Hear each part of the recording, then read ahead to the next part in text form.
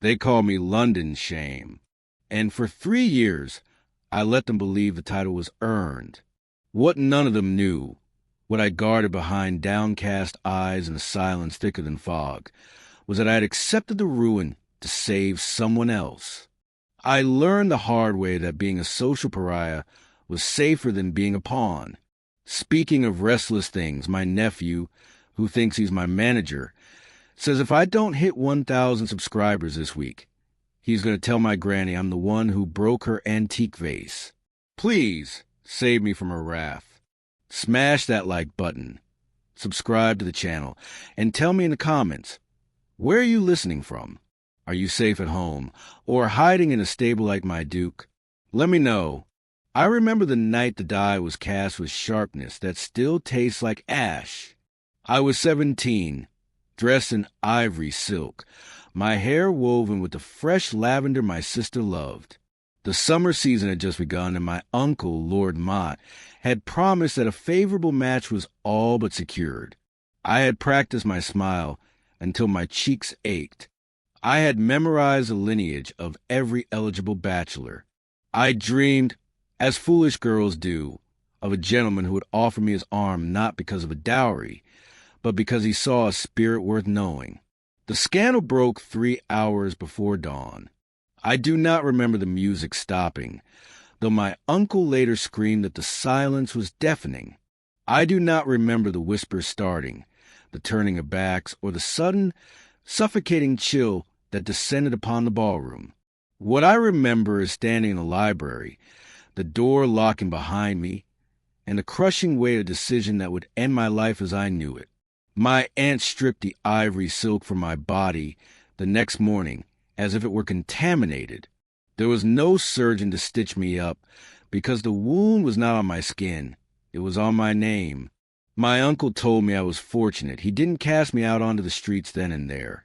That perhaps with time, the world would forget the girl found in compromising circumstances. What he did not say, what no one needed to say, was that the stain would remain forever. It clung to me like a second skin, a dark river of gossip that followed me from the edge of the ballroom to the back of the church. In those first weeks, I could not bear to look at the bright colors in my wardrobe. I dyed every gown I owned to the color of midnight charcoal. I repurposed my mourning clothes, cementing my status before the world. Perhaps someone had died.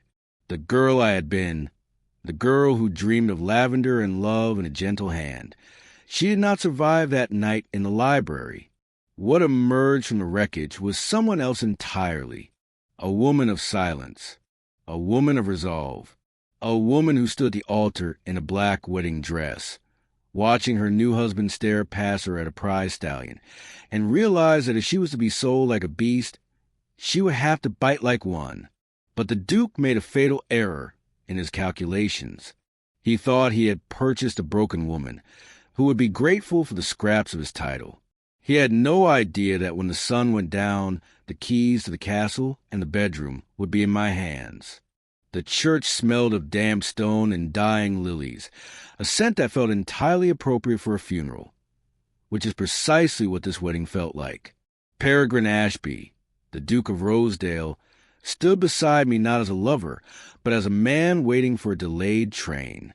He vibrated with a restless energy, his unruly mahogany hair refusing to lie flat despite the solemnity of the occasion. He wore his charcoal frock coat like armor, his jaw set in a permanent line of impatience. When the priest asked for his vows, Perry did not look at me. His gaze was fixed on the stained glass window, or perhaps on the clock ticking on the far wall. His "I do" was clipped, a soldier firing a warning shot rather than promise. I spoke my own vows into the hollow silence of the empty nave, my voice steady. I had practiced silence for 3 years. I knew how to hold my tongue and my nerve. When the time came to kiss the bride, he leaned in, his lips brushing my cheek with the chilling efficiency of a notary stamping a deed. "It is done," he muttered, pulling away before I could even draw a breath. He offered me his arm, but there was no warmth in the crook of his elbow. We walked down the aisle. the heavy lace of my midnight charcoal veil obscuring the world in a haze of gray. The moment the heavy oak doors creaked open, admitting the biting winter wind, Perry dropped my arm as if I were a burning coal. He didn't stop to help me with my heavy skirts. He didn't pause to accept the well wishes of the 3 grim-faced witnesses my uncle had hired. Instead, he strode directly toward the carriage, or rather, to what stood beside it. Balthazar, the prize stallion. The reason I was currently shivering in a wedding dress that looked like a shroud. The beast was magnificent, I had to admit. A tower of black muscle and nervous energy stamping the frozen earth. Perry was instantly transformed. The furrow between his brows smoothed as he ran a gloved hand down the horse's flank. "Check the left foreleg," he barked at the groom, his voice alive with a passion he hadn't shown inside the church. "He's favoring it." I stood alone on the church steps, the wind whipping my dark skirts around my ankles. My new husband was cooing softly to the animal, checking its hooves with a tenderness that made my chest ache with a dry, cynical laugh. I realized then the true shape of my future. I had not been rescued. I had simply traded the cage of my uncle's scorn for the cage of a duke's indifference. The groom finally opened the carriage door for me, looking pityingly at my solitary figure. I gathered my skirts and climbed inside, the leather seat cold against my back. Perry followed a moment later, still shouting instructions to the stable master about the transport of the horse. As the carriage lurched forward, pulling away from the bleak churchyard, I glanced out the window one last time. The few gathered souls were dispersing, but one figure remained motionless in the shadow of an ancient yew tree. He was watching the carriage with a stillness that was unnatural. My breath hitched in my throat. I knew that slouch, the tilt of that hat. It was a face from the night my life ended 3 years ago, a ghost from the scandal that made me. Rosedale Manor rose from the winter mist like a jagged tooth, all dark stone and unlit windows. It was a house that had forgotten warmth, much like its master. The journey had been passed in a silence so thick it felt suffocating, broken only by Perry's occasional impatient drumming of fingers against his knee. He was not thinking of me. His mind was undoubtedly still in the transport wagon behind us, worrying over fetlocks and feed. When we stepped into the foyer, the air was colder inside than out. A few servants lined the hall, their faces masked of polite curiosity, eager to catch a glimpse of the woman who wore black to her own wedding.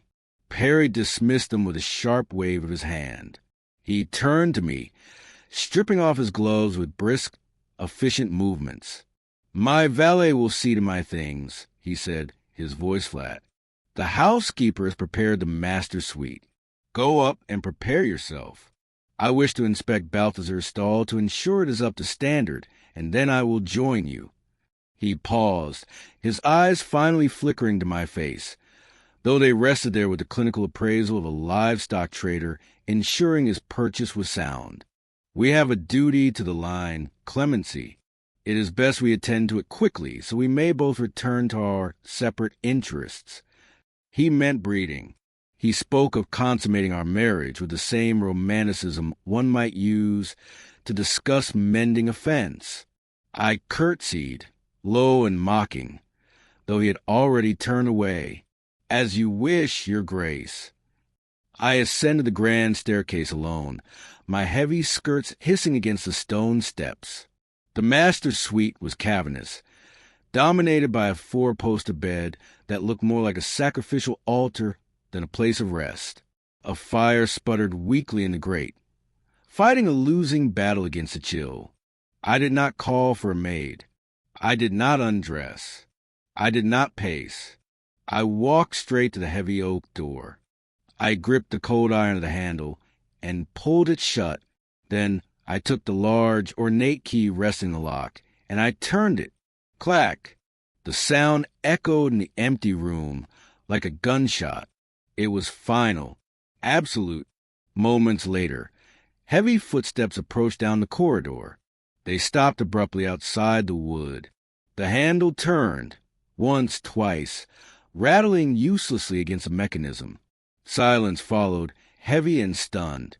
Then a sharp, incredulous knock. "Clemency?" His voice was muffled, laced with a shock that quickly curdled into anger. "The door is stuck." "It is not stuck, Peregrine," I said, leaning my forehead against the cool wood, my heart hammering a frantic rhythm against my ribs. "It is locked." "Unlock it," he demanded, the imperious tone of the Duke returning in full force. "Do not play games with me, woman. I have no patience for theatrics." "Nor do I," I whispered. "Go sleep with your horse, your grace. You clearly prefer his company." There was a long pause. I held my breath, waiting for him to shout, to call the servants, to break the wood down with his shoulder. Instead, I heard a low, rough exhale right against the seam of the door. "You play a dangerous game, wife," he whispered, and to my terrifying surprise, the fury in his voice was laced with a dark, curling thread of amusement. "You have locked the door tonight. But locks have keys, and I am a man who enjoys solving puzzles. Sleep well, Clemency, while you can." The silence in Rosedale Manor was not peaceful. It was heavy, like the air before a thunderstorm. For 3 days, Perry and I lived as ghosts haunting the same hallways, passing each other with nothing more than stiff nods. He took his meals in his study. I took mine in the room I still locked every night. But while the house was quiet, the ground were not. Every morning, the screams of a beast echoed off the stone walls. Balthazar, the prize stallion, was living up to his reputation, violent, untamable, and terrified. I watched from my window as stable hands scattered like frightened birds, and Perry, his coat muddied and his face thunderous, fought a losing battle to bring the animal to heel. By the 4th dawn, the confinement of my chambers felt less like a sanctuary and more like a coffin. I needed air. I needed to see the creature that was causing my husband so much grief. I slipped out before the servants stirred, wrapping a heavy wool cloak over my nightdress. The morning mist lay thick over the paddock, swirling around my ankles as I crossed the wet grass. I found Balthazar alone in the main enclosure, pacing the fence line, his coat slick with sweat despite the chill. He was a creature of shadow and nerve, his eyes rolling white as I approached. "Easy," I whispered, the word carrying on the vapor of my breath. He reared, his hooves slicing the air, a warning that would have sent a sensible woman running. But I had been London's shame for 3 years. I knew what it felt like to lash out because you expected the whip. I didn't flinch. I simply stood my ground, projecting a stillness I had perfected in the corners of ballrooms. "You are not a monster," I murmured, stepping closer, extending a hand not to grab but to offer. "You are just tired of them expecting you to dance." The stallion froze. His nostrils flared, sending the lavender in my hair, the same scent I had worn the night my life ended. Slowly, agonizingly, he lowered his massive head. I didn't move until his velvet nose brushed my palm. I stepped in then, pressing my forehead against the white star on his brow, feeling the thundering rhythm of his heart slow to match my own. The crunch of a boot on gravel shattered the moment. Balthazar jerked his head up, but I kept a soothing hand on his neck. I turned to see Perry standing at the gate. He looked wrecked, his mahogany hair wild, his shirt sleeves rolled up to reveal bruised forearms. He had clearly come to do battle with the beast, only to find the beast surrendering to his unwanted wife. He didn't yell. He didn't order me back to the house. For the first time since we met, he wasn't looking past me or through me. His gaze was fixed on my hands buried in the stallion's mane, burning with a focus that made my skin prickle. It was a sharp, hungry look of a man who suddenly realizes he has miscalculated the value of his assets. He opened the gate and walked toward me, stopping just out of reach. The morning light caught the gray of his eyes, turning them to silver. "Who taught you to handle a killer like a pet?" he asked, his voice low and rough with exhaustion. "No one," I replied, refusing to look away. "I simply know the difference between a bad temper and a broken heart." Perry studied me then, a slow smile touching the corner of his mouth that felt dangerous in a way his anger never had. "And which one is he, Clemency? Or are we talking about the horse at all?" "Wait. Before you hear what happens next, pause. There is a specific kind of fear that comes from not knowing who is plotting against you. Don't be the person who walks into the trap blind. Subscribe to the channel right now. Don't risk missing the signs.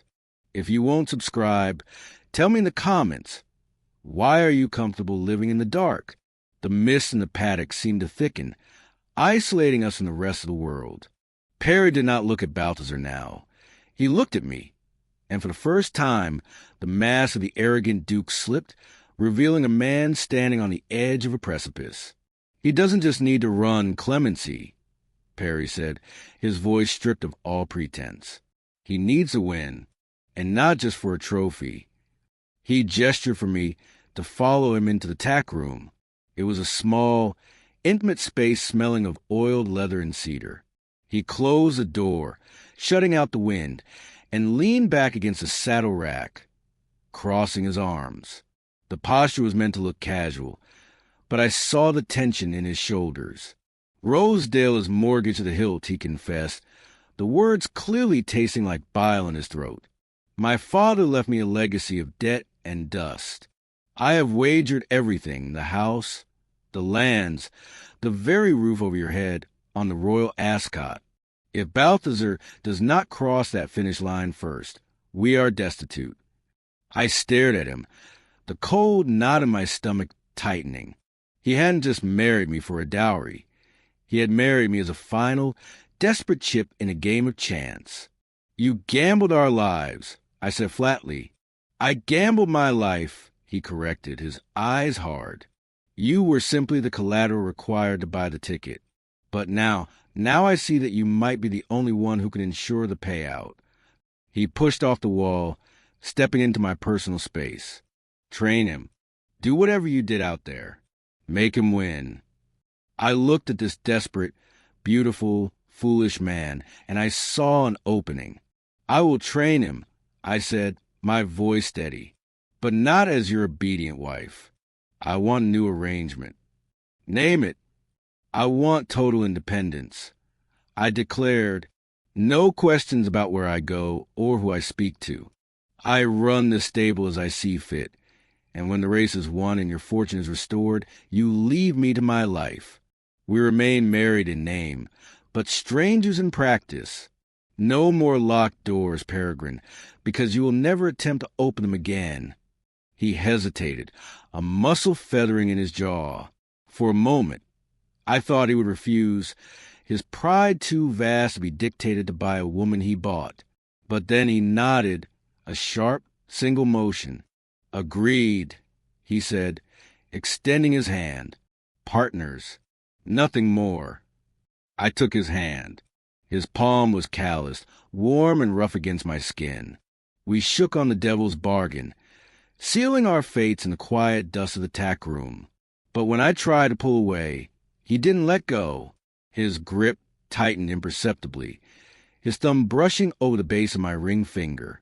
He looked down, his brow furrowing as he stared at my bare hand, stark and pale without the heavy gold band he had forced onto it at the altar. "You don't wear it," he murmured, his eyes lifting to mine, dark with sudden, confusing intensity. "Most women would kill for the Rosedale diamonds, yet you treat the ring as if it were a shackle." "Most women were not sold for a horse, your grace," I whispered, pulling my hand free. "I will wear it when we are in public, to protect your precious pride. But in here, I belong only to myself." London was a city of fog and filth, wrapped in a deceptive layer of velvet. The pre-race gala was held at the Assembly Rooms, a cavernous hall dripping with crystal and malice. I wore the heavy Rosedale diamond on my finger as promised, and a gown of deep crimson silk. A color chosen not to blend in, but to bleed like a fresh wound against a sea of pastels. Walking into the ballroom on Perry's arm was like walking into a knife fight where the weapons were fans and raised eyebrows. The moment the herald announced us, the conversation died. It didn't taper off. It was severed. I felt Perry stiffen beside me, his muscles coiling as if he were preparing to restrain a rearing horse. The shunning began immediately. As we moved through the crowd, people didn't just turn away. They physically recoiled, creating a wide, empty path before us. The whispers were a hiss of steam escaping a valve. London shame, bought and paid for. Look how she holds her head up. Perry slowed his pace, his hand tightening over mine on his sleeve. Do they always behave like livestock frightened by a storm? He muttered, his voice low and dangerous. Livestock are kinder, your grace, I replied, staring straight ahead. They only kick when threatened. These people kick for sport. We were cornered near the champagne fountain by Lady Beresford, a woman whose diamonds were as loud as her voice. She looked me up and down with a sneer that could strip paint. Duchess, she drawled, the title sounding like a slur. We were all so surprised to hear the match. One wonders what the Duke found so appealing. I suppose desperation makes for strange bedfellows. Perry opened his mouth, a sharp retort ready on his tongue, but I squeezed his arm to silence him. This was my battlefield. Desperation is a powerful motivator, Lady Beresford. I said, my voice sweet and poisonous.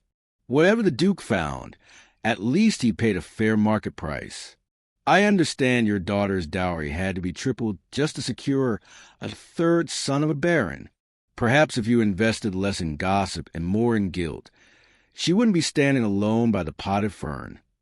Lady Beresford's mouth snapped shut. Her face went an ugly shade of mottled red as she glanced at her wallflower daughter. She turned and fled without another word. Beside me, I felt a tremor run through Perry. I looked up, expecting anger at my rudeness. Instead, he was looking at me with a mixture of shock and reluctant admiration. The protectiveness that had flared in his eyes dimmed, replaced by the realization that I did not need a shield. I needed a whetstone. You have a razor where your tongue should be, he murmured, fighting a smile. I told you, I said, I handle beasts. But my victory was short-lived. As the orchestra struck up a waltz, a shadow detached itself from the crowd. Lord Silas Vane slid between us, his movement oily and precise. He was a handsome man in the way a snake is handsome, sleek, cold, and venomous. He bowed to Perry, but his eyes were fixed on me. A lovely evening, Vane said, leaning in too close, invading the space Perry had sworn to protect. He pretended to admire my necklace, his breath hot against my ear. You look remarkably composed, Clemency, almost as composed as you were in the library on the 14th of August. I froze. The champagne glass in my hand tilted dangerously. The 14th of August, the night of the scandal. The night that no one, absolutely no one, was supposed to know the truth about. How do you know that date? I whispered, the blood draining from my face. Vane pulled back, a smile playing on his lips that promised ruin. I know everything, my dear, and if that horse runs on Saturday, so will everyone else. The threat of Silas Vane hung over me like a guillotine blade, but I did not tell Peregrine. Instead, I poured my terror into the only thing that could save us, the horse. For 2 weeks, we lived in the mud and the mist. The boundaries of our partnership began to blur, eroded by the sheer exhaustion of shared purpose. We were no longer Duke and Duchess. We were two desperate souls orbiting a beast. Peregrine changed. The stiff, charcoal-coated aristocrat dissolved, revealing the man beneath. He stopped wearing his gloves so he could feel the reins. He laughed when Balthazar stole an apple from his pocket. And, most dangerously, He stopped plastering his hair down with macassar oil. I had told him once, in a moment of unthinking candor, that the oil made him look like a wax figure in a museum. The next morning, he arrived at the paddock with his mahogany curls wind-swept and unruly, looking less like a statue and terrifyingly like a man or woman could want. The storm broke on a Tuesday, trapping us in the hayloft above the main stable. The rain hammered against the slate roof, a deafening drumbeat that isolated us from the world. We were checking the quality of the winter feed, dust motes dancing in the lantern light. I reached for a bale at the same moment he did. Our hands brushed, and the contact sent a jolt through me that had nothing to do with static. Perry didn't pull away. He stepped closer, the lantern light casting shadows that emphasized a new softness in his eyes. He smelled of rain, leather, and a unique, warm scent of himself. "Clemency," he whispered, his voice rough. "You've done a miracle here. With the horse. With everything." He leaned in. His gaze dropped to my lips, hungry and hesitant. My heart hammered against my ribs, a traitorous bird desperate to fly into his cage. For a second, I swayed toward him, wanting to believe that the heat in his eyes was for me, not the victory I could give him. Then I remembered Vane's whisper. I remembered the wager. I remembered that I was an asset, not a wife. I jerked back as it burned. "Do not," I snapped, my voice shaking. "Is this part of the strategy, Your Grace? Seduce the trainer to ensure the horse runs faster? I assure you, Balthazar does not care if you kiss me." Perry flinched, the light dying in his eyes. He straightened, humiliated and cold. "Is that truly what you think of me? That I am incapable of feeling anything that isn't a transaction? It is all you have ever shown me." I lied, though my heart was breaking. He stared at me for a long moment, then turned and descended the ladder without a word, leaving me alone in the dark. Later that evening, seeking to apologize, or perhaps simply unable to stay away, Perry went to my chambers while I was still in the stables. The door was unlocked. He stepped inside, intending to leave a peace offering on my vanity. Instead, he saw a piece of paper sticking out from beneath my jewelry box. It was old, creased from 1,000 readings. He recognized the handwriting immediately. It was a letter from my sister, dated the day after my scandal, thanking me for taking the blame for her pregnancy and ruining my own name to save hers.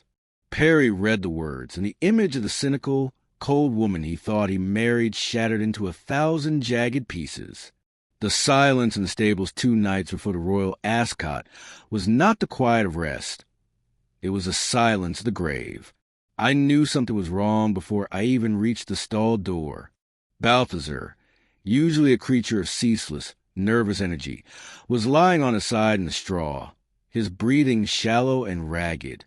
Perry was already there, his coat discarded in the dirt, his hands frantic as he checked the stallion's gums. They were a sickly, pale gray.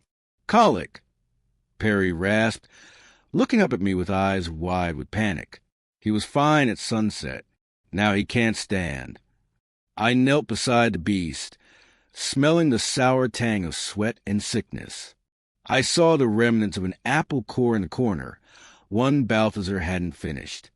I picked it up, sniffing it. Beneath the sweetness of the fruit lay a faint, bitter scent of almonds. "It isn't colic," I whispered, the blood draining from my face. "It's arsenic, a small dose, enough to weaken, perhaps enough to kill if his heart gives out." I looked at Perry, my voice trembling. "This is Vane. He told me he knew everything. He's trying to ensure there is no race to run." We worked through the night with the desperation of soldiers in a field hospital. We drenched the horse with oil and egg whites. We walked him until our own legs shook, forcing him to keep moving, to keep his blood pumping. The boundaries of the world shrank to the circle of lantern light and the labored breathing of the animal that held our future. Around 3 in the morning, Balthazar finally steadied. He drank water from my cupped hands and let out a long, shuddering sigh before resting his head against Perry's knee. We collapsed against the stall wall, shoulder to shoulder, covered in mud and straw. "If he dies," Perry said softly, staring into the flame of the lantern, "we lose Rosedale. The creditors will take the paintings, the silver, the roof."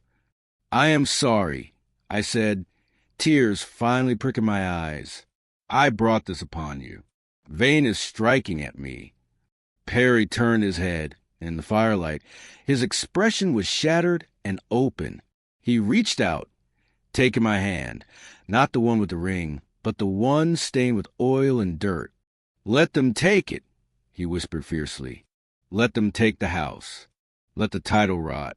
I looked at that horse tonight and realized I was terrified he would die, not because of the money, but because you love him. I don't care about the wealth, clemency. I care that I almost lost the only two living things in this world that make me feel alive. He squeezed my hand, pressing it to his chest. "We are partners, remember? We win or lose together." Dawn broke with a pale, gray light. Balthazar stood on his own, weak but alive. We had won the night. But as we emerged from the stables, blinking in the morning sun, a groom ran up breathless, holding a sealed envelope. "For the Duchess," the boy panted. "From Lord Vane." I tore it open. There was no letter inside, only a copy of the racing board's bylaws, with one section circled in red ink. Morality clause. Owners of disreputable characters subject to immediate disqualification. Scribbled in the margin were 3 words: withdraw or exposure. The royal ascot was a riot of silk and sound, a kaleidoscope of wealth designed to distract from the desperate gambling that underpinned it all. The air vibrated with the roar of 50,000 voices, but in the owner's box, the silence was deafening. We stood separated from the rabble by a velvet rope and a precipice of ruin. Lord Silas Vane leaned against the railing, looking entirely too comfortable. In his hand, he held a sheaf of papers, affidavits, no doubt, detailing the sordid truth of my night in the library 3 years ago. "It is a simple equation, Ashby," Vane said, flicking a piece of lint from his lapel. "Withdraw the horse. Claim the colic returned. If you do, I will purchase your debt notes from the bank at face value.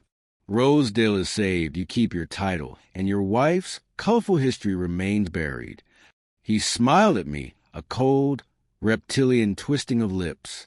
"If you run, I hand these to the racing stewards before the starting gunfires. You will be disqualified for moral turpitude. You will lose the estate, the horse, and whatever shreds of dignity this family has left." I couldn't breathe. My hands were trembling so violently I had to hide them in the folds of my blue velvet gown. It was a logical choice. The only choice. Perry could save his ancestral home, the legacy he had fought so hard to rebuild. All he had to do was sacrifice the race, and keep me hidden in the shadows where I belonged. I looked at Peregrine.